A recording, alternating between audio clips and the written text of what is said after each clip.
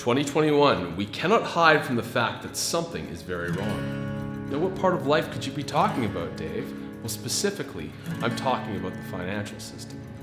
Governments around the world are printing money out of thin air and helicoptering it out because of everything that has gone on in the last 2 years. But this isn't a new problem. This is just an exaggeration of a much older problem.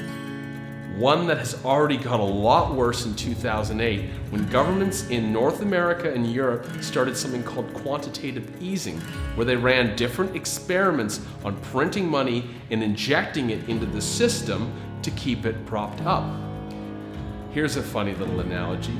Imagine there's a guy who's been at a house party for too long and he's been drinking all night and he stays up past 3, past 4, past 5, it's 6 in the morning, the sun's coming up. He doesn't want to go to bed, but he really should. What do? They try to prop him up with some coffee, some energy drinks, and he keeps going, but he's really got no energy left. That's kind of like where we're at right now. And we really see this when if we try to put our money in the bank, we get almost no interest. Not only that, but inflation's happening so fast that that money rapidly loses value. Naturally, people will want to say, well, what if I invested it to keep my money growing to outpace inflation? The stock market is a casino rigged for the financial insiders. We often don't know what's going on, but we often find when we work in the stock market, a lot of people I know have taken massive losses and pulled out. We say, well, what if we put our money in gold? Gold's got to hold value. Gold's actually gone down 4% over the last 10 years.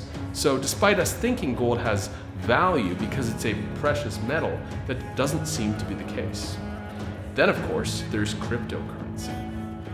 Bitcoin has gone up 65 million times in the last 12 years.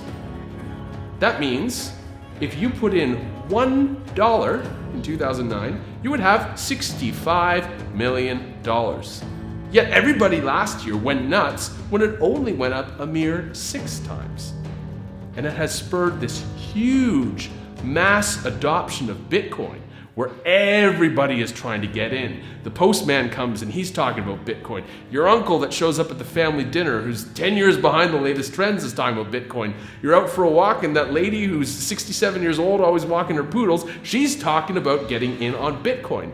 Is it really an opportunity if it's reached that level of mass adoption? Well, in many ways, it suffers from the same manipulations as the old system. Because you can bet the lady with the poodles, the postman, and your uncle's in on Bitcoin, the financial institutions are well invested. Something else is happening right now, though. Investors are shifting away from Bitcoin and looking at some of the alternative cryptocurrencies and exchanging on markets that are based on what's called decentralized finance. Decentralized finance is where you have freedom again because of anonymity, because of increased privacy and security. You have control of your money. You don't need a bank to hold it.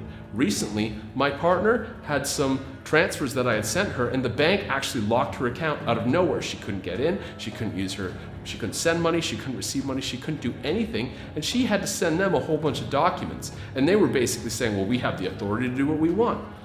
Does that sound like a bank that's treating you like a customer, or does that sound like another type of control? This is why we need to basically take back our own economic power in which we actually reclaim our sovereignty. Here in South Africa, there's a fellow from the United States that came over here, and he went to Zimbabwe. And in Zimbabwe, they don't have much of an economy anymore. There's guys with wheelbarrows full of cash to buy a loaf of bread because of what has happened with their disastrous economic policies. As a result, what this guy did was he went up and he created a microeconomy among the Zimbabweans where they can trade goods such as cheese, food, goats, textiles, blankets, materials to each other, one-to-one, using cryptocurrency. Not only that, but they can trade their cryptocurrency on the market and invest it and store it. Billions of people in the world do not have access to banking. They have no way to store their money. That's why they're living hand to mouth all the time. Could you imagine now if they're taught and they have an opportunity to actually invest their money and actually see it grow? That's where decentralized finance presents us with an opportunity to recreate economies on our own terms, where there's fairness and prosperity for all involved. Now, cryptocurrency might be the technology we need right now to transition out of the legacy systems and into a completely new paradigm, but I'm not saying it's perfect. In fact, in many ways, it suffers from some of the other problems we have. However, there's a way to do it that is aligned, that gives us sovereignty, that gives us our power back, and allows us to really rid the financial system from our body and our energy. Stop and think for a second how much of your personal energy is used to support the current economic model. Do you wake up in the morning and have to drive the same route to the same job, day in, day out? Do you have to pay the same bills to the same people? Do you have to stress about where your money comes from? Many people spend 80 to 90% of their waking hours worrying about putting food on the table and putting a house over their head so they can just enjoy a mere 10 or 20% of their life. Now imagine you didn't have to define life by this hamster wheel. Imagine you could just do what you want. Sure, some people, if they have that freedom, they go out and they buy Ferraris, Lambos, yachts, and prop up the old form of consumerism. But most of us, most heart-based people, just want to feel free. They just want to let their nervous system relax so they can figure out who they are and actually reclaim a relationship with their essence, the freedom and true nature that they're already born with. For me, I never saved any money growing up. The most money I ever had in the bank was when I went to put the down deposit on a house, and I only gave the minimum amount for that. And then, when I started investing in crypto, it actually made me mature. It actually made me say, well, I'm going to put something away for the long term. And when I saw investments beginning to grow and build, I had a completely different relationship to money. I was very fortunate because I went into crypto with a completely different frequency. And this is a frequency of figuring out how to do things right, how to invest in projects that actually have a positive impact on the world, how to get out of fear, greed, and trying to make quick money, because that frequency is like gambling, and that's the frequency of desperation. So I'm here to talk about something else. I'm here to talk about high-frequency crypto as a tool and a vehicle for achieving economic sovereignty, for achieving freedom, the freedom to rest, the freedom to figure out who you are, the freedom to buy the things you need to live the life you want without having to support things you do not believe in. And when this begins to happen, we then have the power to say no to the things we don't want in our life.